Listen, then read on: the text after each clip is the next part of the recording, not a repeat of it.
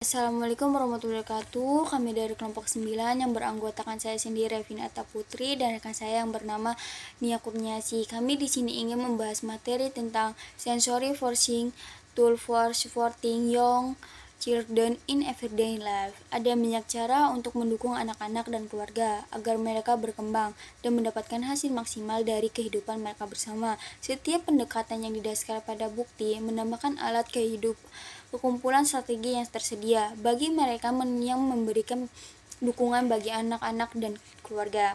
Konsep pemrosesan sensorik telah mendapatkan perhatian yang meningkat dari profesional, penelitian, dan keluarga.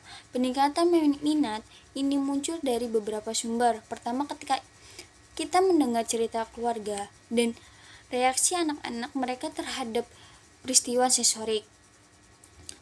Misalnya yaitu rasa, bau, terus suara, sentuhan gitu terjalin melalui cerita mereka.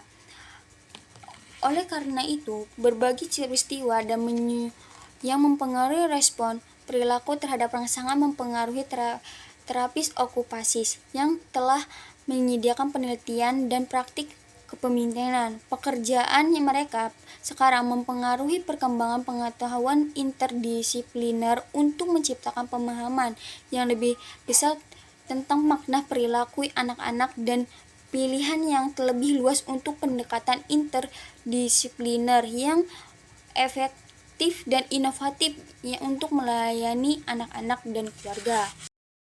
Contemporary concept of sensory processing. Prinsip-prinsip kontemporer pemrosesan sensorik diilustrasikan dalam model pengolahan sensorik Dunn. Penahan model ini adalah dua konstruksi yang mendasari ambang batas dan pengaturan diri. Konstruksi pertama adalah ambang neurologis yang mengacu pada cara sistem saraf beroperasi. Yang kedua itu adalah konstruksi dasar kedua adalah pengaturan diri yang mengacu pada cara seseorang menangani input sensorik yang masuk.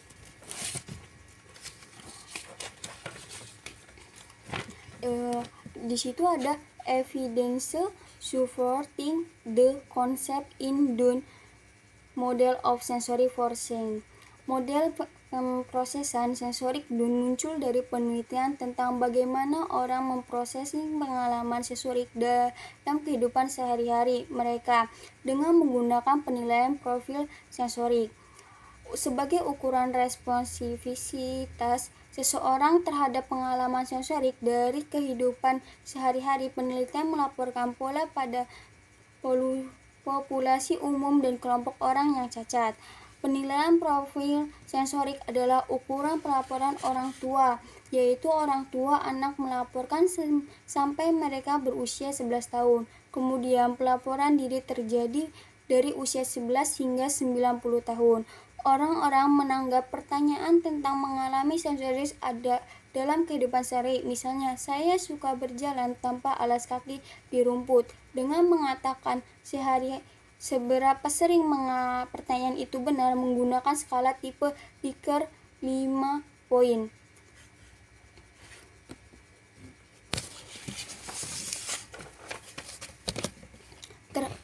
Penelitian lain telah memberikan bukti tentang konsep dalam model Dunn dengan membandingkan temuan dengan respon psikologi.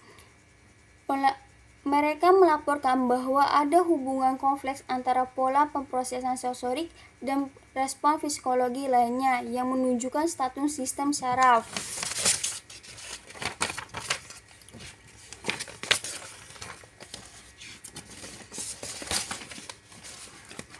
Selanjutnya itu adalah sensoric forcing as universe human experience.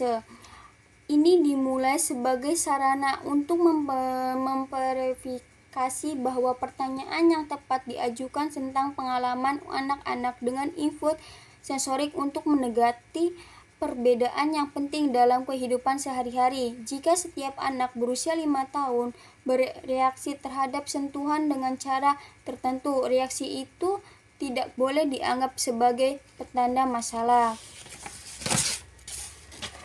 Yang selanjutnya itu adalah historical context for sensoric reinforcing, yaitu sama sekali seperti Arnold Gesell memperkenalkan konsep memiliki evaluasi perilaku pengembangan anak-anak dan tongkat sejarah. Jane Ayres memperkenalkan konsep menggunakan pengetahuan ilmu syaraf untuk memeriksakan dan menafsirkan makna perilaku tertentu pada anak-anak dengan disfungsi otak minimal. Para pionir awal seperti ini membuka pintu bagi cara berpikir dan memecahkan masalah yang baru. Pendekatan sensorik untuk mempertimbangkan makna perilaku anak berevolusi dari karya Ayres. Dia mengamati anak-anak yang memiliki disfungsi otak minimal dan mempertimbangkan bagaimana menerapkan pengetahuan ilmu syaraf untuk menciptakan cara baru untuk memberikan terapi bagi anak-anak.